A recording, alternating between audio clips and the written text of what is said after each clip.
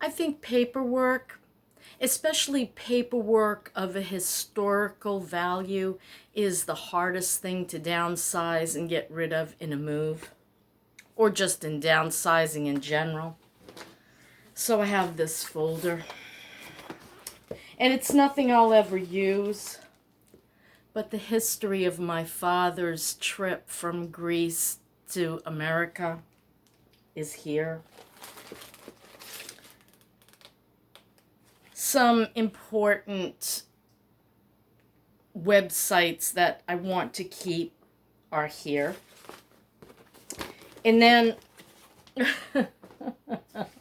one time when my kids complained about something or other, my husband made 2 pages, well, 3 really, lists in his handwriting of what he called the rough life.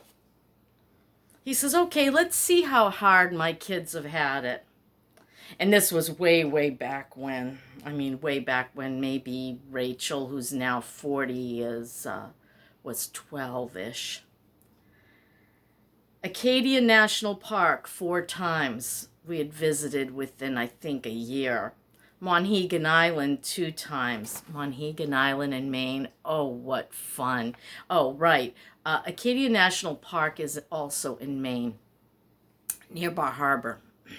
Monhegan Island is like somewhere on the coast. You take a ferry out, and that boat ride always made Rachel and I so sick, but what a magical island that was. And we'd go into the forest and we'd make the little fairy houses like the locals did. And the kids would work on them for hours, and Dennis and I would just sit under a tree and talk. York Beach, Maine, Wild Animal Kingdom, the carnival, all the rides and stuff. Canopy Lake Park, which no longer exists, 5 times we had done in that period of time, probably within a couple years. Heritage City once, Storyland 3 times. Heritage City Heritage City is gone. What a shame. It was the history of our nation, and it was fantastic, a museum. And they'd reenact things, the people would dress in the garb of that era. It's a shame that it's just, I don't even know if the building's there anymore. It's right across from Storyland, I do believe, which is both in New Hampshire, up in the White Mountains near Conway, North Conway, New Hampshire. He's got Jamestown and Williamsburg, Virginia, we visited. Conway Scenic Railroad 3 or 4 times they had been on. That's up in New Hampshire in the White Mountains. Cherokee, North Carolina, Santa's Village. I remember that. Luray Caverns in Virginia. The Great Smokies. Christian concerts in Tampa and Washington State. Countless restaurants, some of the best. Laughlin, Nevada. We spent an entire winter there when I was pregnant with Bonnie. What a hoot. Alaska, California 3 times, Lake Tahoe, Beartooth Pass, Yellowstone 3 times, Indianapolis Speedway, New Hampshire International Speedway 3 times, Disneyland, Disney World, MGM Studios, Universal Studios, NASA, national parks throughout Canada, Florida for winter, beaches, restaurants, fresh food, Tarpon Springs. I don't know what that says. It looks like HOM. I know it's not ham. We don't eat pork. Lowry Park, Tampa. Oh, we went there so many times. Are you kidding? Hey, maybe he meant Homosassa Park. Homosassa Springs has a fantastic little mini zoo. Lowry Park was really nice, Lowry Park. Busch Gardens, that's Florida. Dorney Park in Pennsylvania. Oh my gosh, I barely remember that. Death Valley, Vegas, Huntington Beach, that was California. Oh, that was fantastic. Back then it was like some ridiculous price. Was it $35 a day? Right on the beach. We were camping in the city park. Acoma, Mesa Verde, Old something Orabi Mesa, Yosemite National Park, Hopi's First, Old, I don't know. I know that we did go see several mesas, and we actually got to visit with the native Indians there.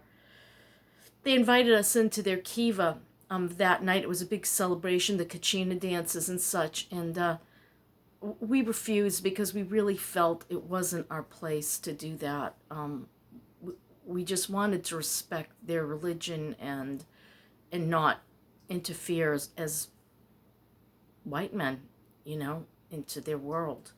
Though it was very kind of them to invite us. I kind of almost wish I would have, but we just really felt it wasn't right.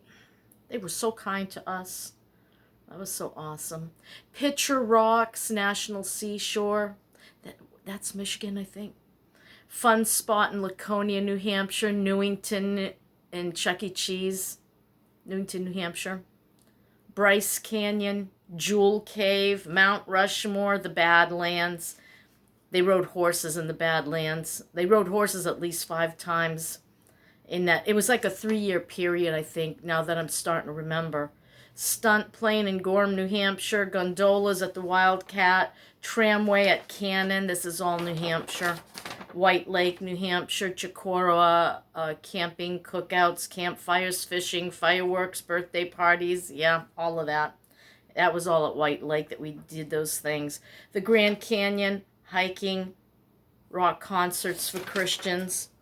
And he ends it there, but there was so much more in the years after that. We just were wanderers and travelers, and we had a grand time. And these are the things I just can't throw away. I can't do it. And then I wanted to write a book, and I started making little drawings of all the vehicles that we had in our journeys, and how we graduated from his Blue Maverick was the first car. 20 years of road warrior transportation. A silver Cavalier wagon we would buy together because his Maverick was a pain in the butt. The heater went. The kids were cold in the winter. It was rough.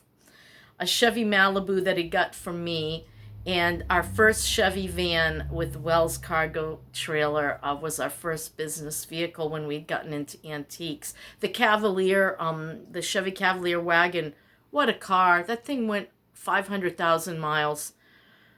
And the steering box was like $500, and he said, no, we're not fixing it. We're going to get a van. We used to use that Chevalier wagon. Oh my God, Cavalier wagon rather. We traveled all over the United States twice in that vehicle. Or was it 3 times? I don't know. Plus we ran a home and office cleaning business out of it. So then we graduated to the Chevy van and the Wells cargo closed trailer. And then we got a Winnebago for a short period of time. And a pop-up camper for a while. Then a Dodge conversion van along with the Chevy van. And then the Dodge Ram van, which replaced the Chevy van. And then the Ford Aspires, which there were 2 of those over the course of time. And our Shasta camper. So I don't want to get rid of these things. They're part of my history and my children's history, and I kind of want to keep them.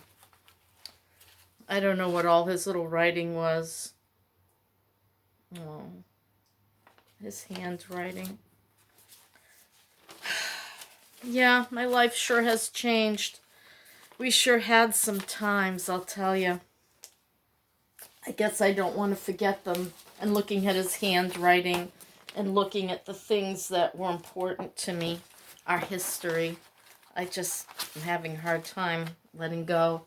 So I think I won't. So we'll put that away. I'm going to put this in a box for my children's posterity's sake. They can look at it one day and see all the things that they did and remember and reminisce and talk amongst each other, I'm waiting right now for Maggie to contact me. She said she wanted to do some Uber driving. There were some good promotions, but if she didn't get much sleep last night, and sometimes she doesn't, she's probably not going to call. So let me show you where I'm at. It ain't pretty, but I'm getting closer. This is pretty. This is all going to be going into storage, so it's going to all soon be gone out of here. I'm getting ready to pack this box with just stuff like I just showed you. I'm having a very hard time with this here. Ugh. I'll deal.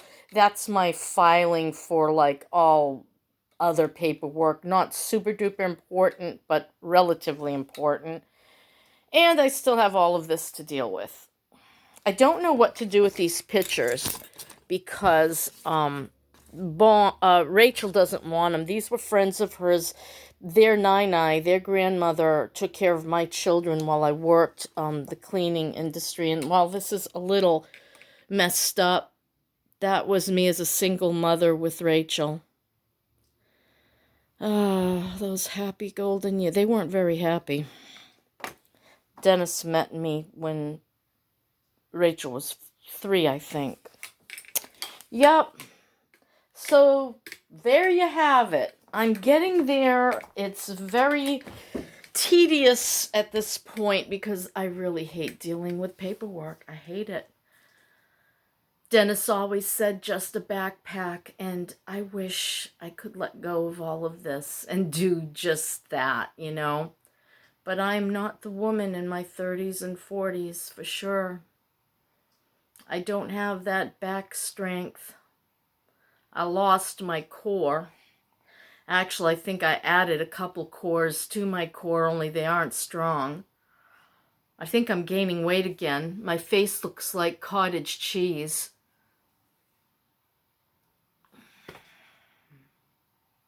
Life, aging, food. Everybody has an opinion about what to eat, don't they? I just want to eat and be happy. I like food. Even if I can't taste it, I still want to eat it. Textures. They're lovely. Marshmallows. Who doesn't love a marshmallow? Who doesn't love a Rice Krispie treat? If you don't like Rice Krispie treats, I love them and I'm dying for one. I have a gigantic bag of Rice Krispies. They're the generic. Up on top of my fridge, I've been using them as a snack. Like when I feel like compulsively eating, I'll throw a bowl of that together with some low-fat milk. Eat that. Gotta do what you gotta do, right? I'm eating a lot when I'm not hungry. I'm just eating. I'm not exactly sure why. I'm bored. I'm stressed. I'm uncertain. But I'm safe. There's a good thing. I'm safe. I'm in temperate climate in my little trailer with the ACs as I need them. And I'll be going to their house, which is kept much cooler than my place. So I'll need my sweater. And I'm trying to figure out, I want like a minimal amount of toiletries. I'm probably going to have my toothbrush, toothpaste, and what? I don't know. I'll use their body wash. And I want my eyebrow filler just in case in my eyelash stuff. And that's all I'm going to take for makeup, just those 2 things. I don't really use them anyway. I don't have care. Go figure. And then I'm just going to have a few changes of clothes that'll be just easy to keep clean. And, you know, I got to get some pulleys so we can hang the clothing line. Or I'll just bring my rack with me. I'm just going to leave it for the people here. But if I need it more, I'm going to have to take it. You know, it's 3 of them. They should have the money to be able to buy a clothing line and stick it up in the yard. Plus, they could use the neighbors behind me because he's gone and nobody's there. So I'll just tell them, you know, use that until somebody tells you not to.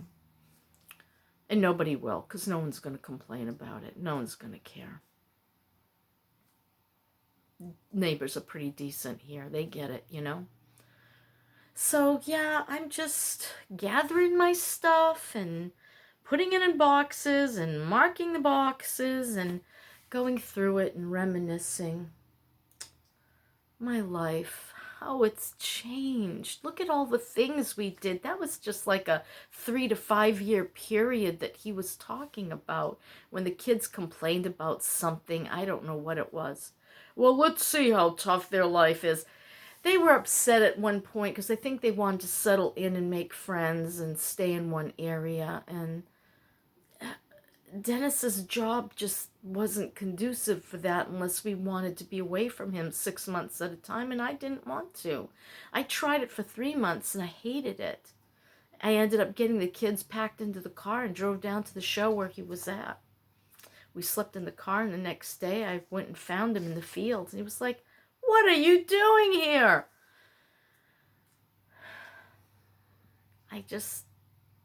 Well, Denny Jr. was having asthma attacks, so we were living in the little town of Galax, Virginia, which was heavy industry, and it was making Dennis Jr. very ill. So once I drove out of that area, his breathing corrected, and I knew I did the right thing, so we just hung out, and we slept between his van and my car in parking lots, because really we didn't have a lot of money, and he was a saver. He wasn't going to spend anything out of the way. And so he learned to live that way.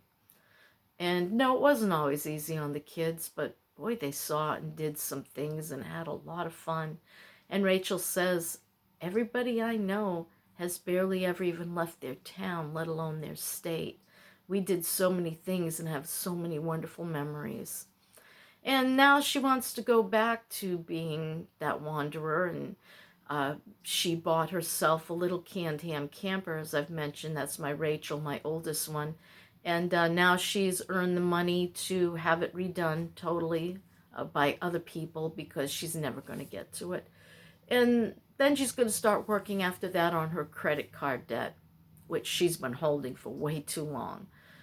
So yeah, she's going to follow the grand tradition. For many years, Mike did as well. He did flea markets with electronics and things that, his generation understood.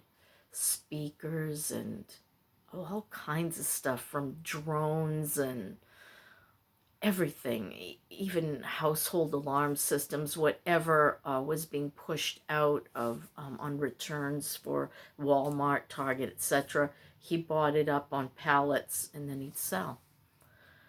But that changed, and he found Uber. And that's what he does now. And that'll probably change one day too.